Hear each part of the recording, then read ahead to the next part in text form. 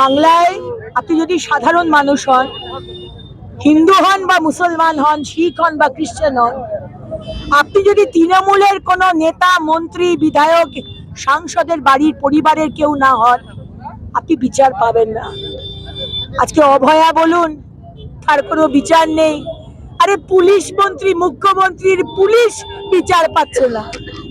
তার মা তার বউকে অপমান করছে, সেখানে পুলিশ মন্ত্রীর পুলিশের ফোন সিজ করা হচ্ছে, কিন্তু অনুব্রত মণ্ডলের না ফোন সিজ করা হয়েছে আর না তাকে জেলে ঢোকানো হয়েছে। আর এই পুলিশ এই মুখ্যমন্ত্রী এত বড় বড় কথা বলেন। মোদিজি এসেছেন সিঁদুর বেচতে, আপনি কি বেচেন মুখ্যমন্ত্রী? মমতা ব্যানার্জি, আপনি তো আমাদের সম্মান, আমাদের ইজ্জত বেচেন। আপনাদের কাছে সবই বিকাউ, আপনার দলের কাছে না সব বিকাউ। মায়ের ইজ্জত, পানীয় জল, পরিবেশ সব বিকাউ, শুধু টাকা হলেই হলো। আর এই পুলিশকে আপনি এই 15টা বছরে অপদার্থ করে রেখে দিয়েছেন। তারা শুধু সিন্ডিকেট চালায় আর গরুর গাড়ি থেকে স্মাগল করে তারা শুধু টাকা তোলে। কিন্তু আজকে 10 দিন হয়ে গেছে এই ছেলেটি, তাকে পাওয়া যাচ্ছে না। একটা 14 বছরের একটা বাচ্চা ছেলে, তার মা হা হা করে কাঁদছে, কিন্তু এখন অব্দি সেই ছেলেটিকে খুঁজে বার করার সেই এত অপদার্থ পুলিশ আর তার পুলিশ মন্ত্রী। আমরা জবাব চাই। পুলিশের ইন্টেলিজেন্স, স্টেট আইবি বলুন, কোথাকার কি ইন্টেলিজেন্স?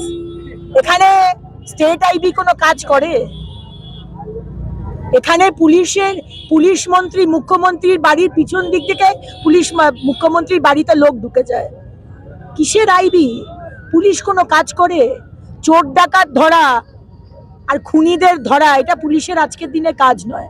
আজকের দিনের কাজ হচ্ছে তৃণমূলের যে সিন্ডিকেট চলছে সেখানে মীমাংসা করা, মহিলা ধর্ষিতা হলে ধর্ষকের সাথে মিউচুয়াল করানো, আর নবান্ন থেকে যে আদেশ আসবে, আজকে অনুব্রতের মতো ক্রিমিনালকে অ্যারেস্ট করা যাবে না। আজকে এই ছেলেটি যে ইলেকট্রিক শক দিয়েছে, যে মালিকের, যে কারখানার মালিক, সে কোথায়? সারা পশ্চিমবঙ্গে বাচ্চা ছেলেদের কাজে লাগানো হচ্ছে। কেন? এত বড় বড় তো কথা বলেন মুখ্যমন্ত্রী। 5000 প্রাইমারি স্কুল বন্ধ করে দিয়েছেন। কি চান? যে শিক্ষাটাকে শেষ করে দেবেন যতটুকু বেঁচে আছে? শিক্ষিত হলেই তো প্রশ্ন করবে। সত্যজিৎ বাবুর উদয়ন পণ্ডিত বলেছিল না, এরা যত পড়ে তত বেশি জানে আর তত কম মানে। তো মুখ্যমন্ত্রী, আপনি চাইছেন এরা সব অশিক্ষিত হয়ে থাকুক? এইভাবেই সরকার চলছে।